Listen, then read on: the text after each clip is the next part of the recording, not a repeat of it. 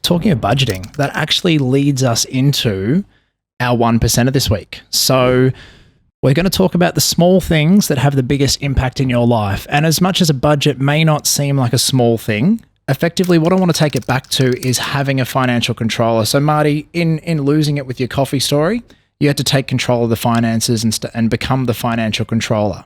So when we talk about a financial controller, you got to think about someone who manages the finances, plans, minimizes risk, looks after record keeping, all those things. I'm talking about a CFO.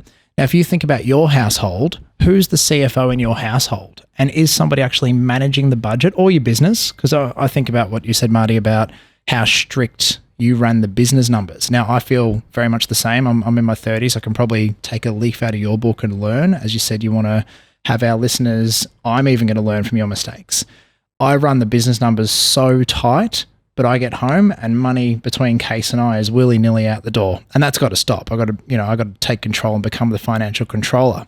So, Nick, talking about budgets, yep. Why is that super important for you to have a financial controller, business, personal life, and what's that going to lead to if we do manage our numbers better? Well, it's obviously highly important. The issue is that it's not an interesting job, but someone needs to take the lead.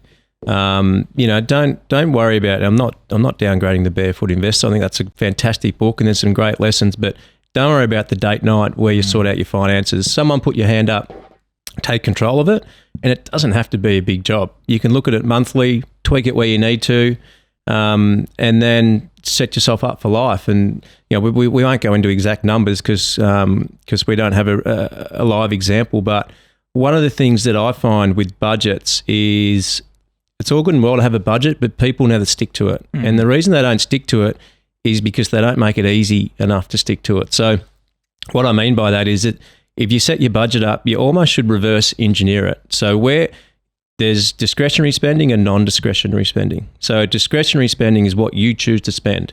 So that's your nice polo shirt. That is your polo shirt purchase on the way to thank you. Where were you going? I was leaving the tennis at about 11 p.m. That's right. Night, so discretionary spend.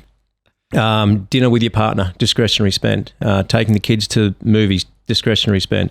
Non-discretionary is your bills, your rates notice, your utilities, your petrol. So split those up and understand what your non-discretionary spend is and versus your discretionary, and reverse engineer it. So if you say to your wife, okay, we've got $500 a week between us to spend on whatever we would like to spend that on.